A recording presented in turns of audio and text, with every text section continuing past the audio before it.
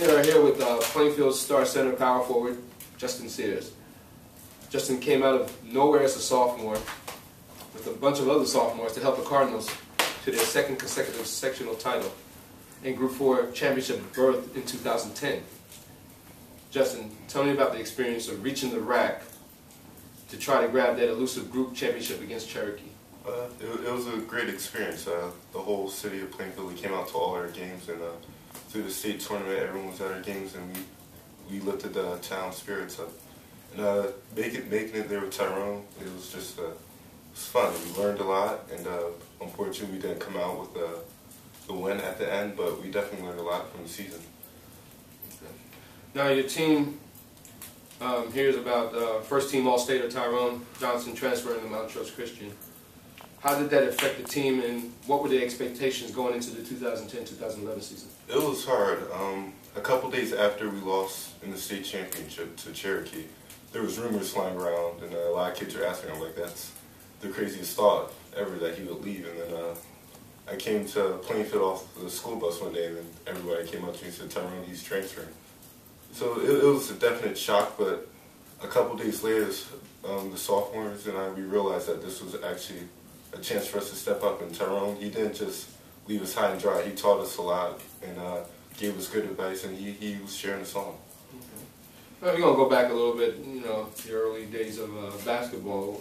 When did basketball become something that you were interested in?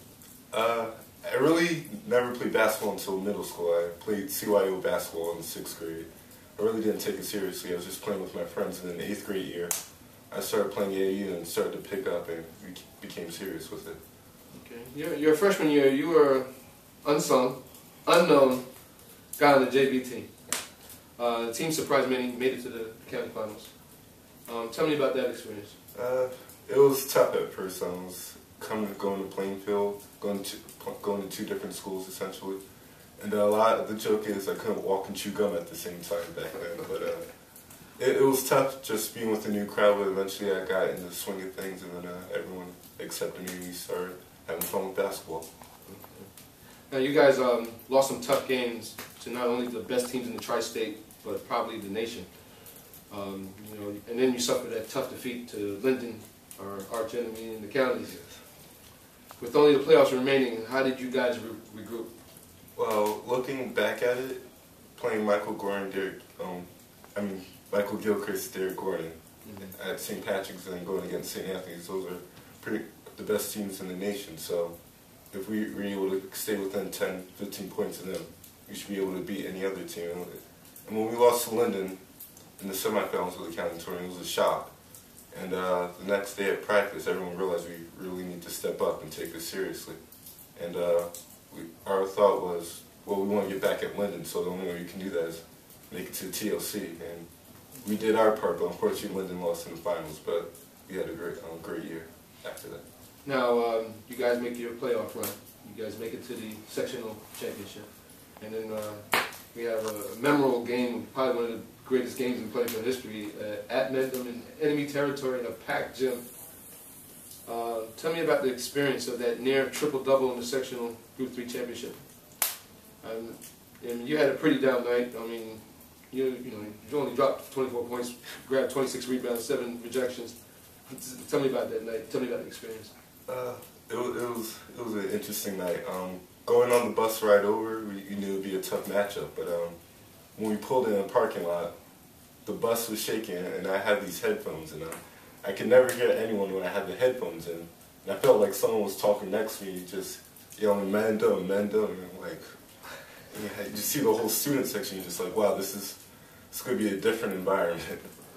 And playing that game, we were able to tune the crowd out, and it was a marathon, but we all stuck together. Dijon and Sekou, they went down at the end, but Allen and Vaughn, they stepped up, and I did my part, and we pulled out the victory. Now, Cardinals now beat a tough teammate team, who, by the way, will be looking for some payback this season, to now face another South Jersey opponent in Burlington Township. The team played with the determination to defeat a scrappy Burlington team. Tell me about that Group 3 state championship game. After the Mendham game, we realized we can really take this all away. We can't take any more losses after this. And when we were in the locker room at Rutgers, everyone was quiet. No one really said a word. I really can't remember what we did in there, actually, game plan or anything. We just said, we're going to come in here and win the game. And when we stepped on the floor, we just laid it all out there. And we basically outplayed them. Unfortunately, they came back in the third, fourth quarter, but we looked at each other and realized we need to step up and finish this off. Now, you guys become the first team in Plainfield history to make the tournament champions. You roll over to Asbury Park, then you face arguably the best team in South Jersey in St. Augustine. Tell me about their experience to reach the tournament champion finals. It was really fun. I was like a rock star basically at school. He had all the media, the newspapers, the videos. This town started treating us a lot better. We had pre-game meals before games, and it was a fun experience. But we knew we had to stay serious and make sure to compete on the floor. We were playing the best teams in the state. Okay. Now I had a little quick discussion with assistant coach Mike Gordon, who, by the way, is a former great player for Plainfield, before the finals of the tournament champion, and he felt that you guys could beat St. Anthony's. You know, St. Anthony's came in as the best team in the nation, as the #1 team in the country, and you guys battled very well. Touch on that experience. Well, the first time we played them was January, New Year's Day, and we had nothing to lose back then. Playing them, we were leading up until the second half, and we realized they're humans too. They play basketball just like us. There's something special about them.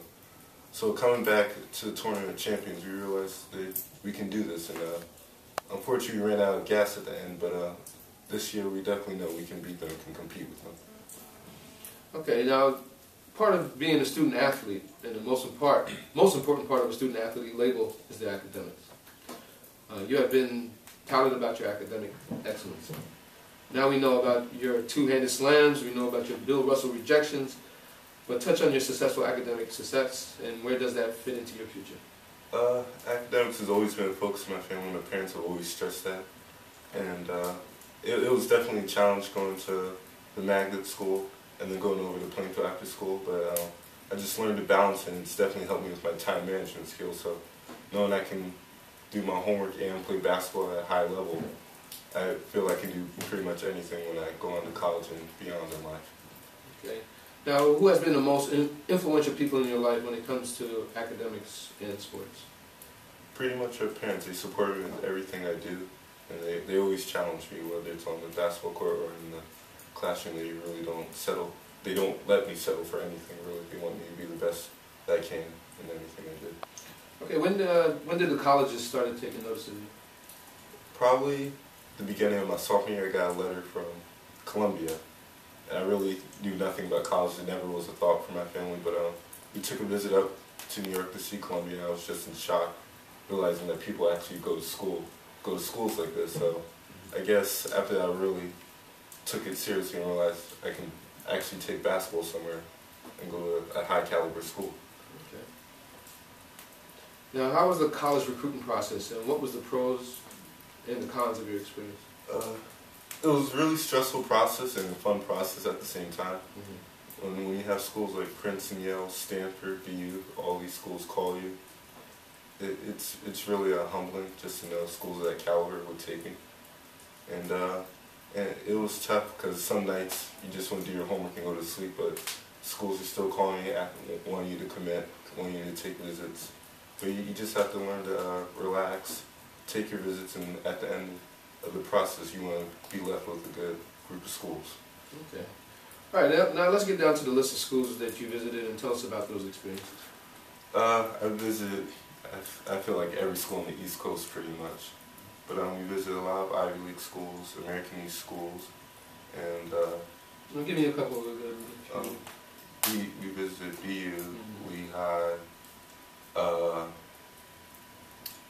Lafayette, and then pretty much all the Ivy League schools. Okay. So we've just been literally pretty much everywhere. Okay. I'm assuming that, as we see it here on the table, these were like the Final Four. Yes. Okay. Now let's talk about these particular schools? What did you like about these schools? Well, my family and I, we decided to cut our list down to 4 schools in September, and we were left with Stanford, Boston University, Yale, and Princeton. And all these schools are really good, highly academic schools, and at the same time, they're good at basketball as well. We're looking for that good combination of sports and academics. Okay, well, tell me a little quick thing about Boston University. Well, Boston University, it's in Boston, is pretty much arguably the best college town in the nation, over 60 schools there. So just the experience to go to school in Boston and play basketball, you meet pretty good people there. Okay. What about Stanford University? Well, Stanford, it's in California. It's perfect weather, and it's pretty much the perfect balance of academics and athletics as well. And a lot of Olympians go there, and it's a really good school. Okay. And of course, the 2 Ivy guys, Yale and Princeton. Princeton, it sells itself pretty much. It's Princeton University. It's in New Jersey. It's only 40 minutes from here, so it was pretty special just to be able to go down there and say, I can actually go to the school. Okay. Now, just to add a little drama to it, can you just go ahead and eliminate one of the schools that you didn't pick? Well, I guess the first school we eliminated was Boston University, unfortunately. Any particular reason? No, it was really a tough decision. Going to any of these schools, I know I'd be. I've been to a lot of the games. I noticed that Boston University was in many of your games. I mean, they were pushing for you pretty strong. Yeah, it was tough. The first coaching staff that was there, Pat Chambers, he was there. He came down to a couple of my games, and he was definitely impressed. But unfortunately, he had a coaching switch and went to Penn State. Okay. So, and the funny thing about it is the new coach there is Joe Jones. He was at BC. Okay. And the funny thing is his brother is the head coach of Yale. Oh. So, yes. Okay, well, let's go to the next school to eliminate. Next school to eliminate was Stanford. Okay. And, just touch on that. Oh, I felt it'd be nice for my parents to be able to see some of my games, and I'd be close to home, and I felt more comfortable with the 2 schools left. Okay, well, as you can see, the last 2 schools, pretty impressive. I mean, I believe in strong academics, so I don't know what the final decision is, but I'm very proud of Mr. Sears here and your family, and I'm pretty sure the entire community of Plainfield is extremely proud of this. Now, I've been doing a little research, and I've been on the chat boards, and these particular schools seem like they're having a little battle for you, so I'm pretty sure they're gonna, want to know what the answer is. Yeah. So, well, I guess the decision was Yale University. Wow.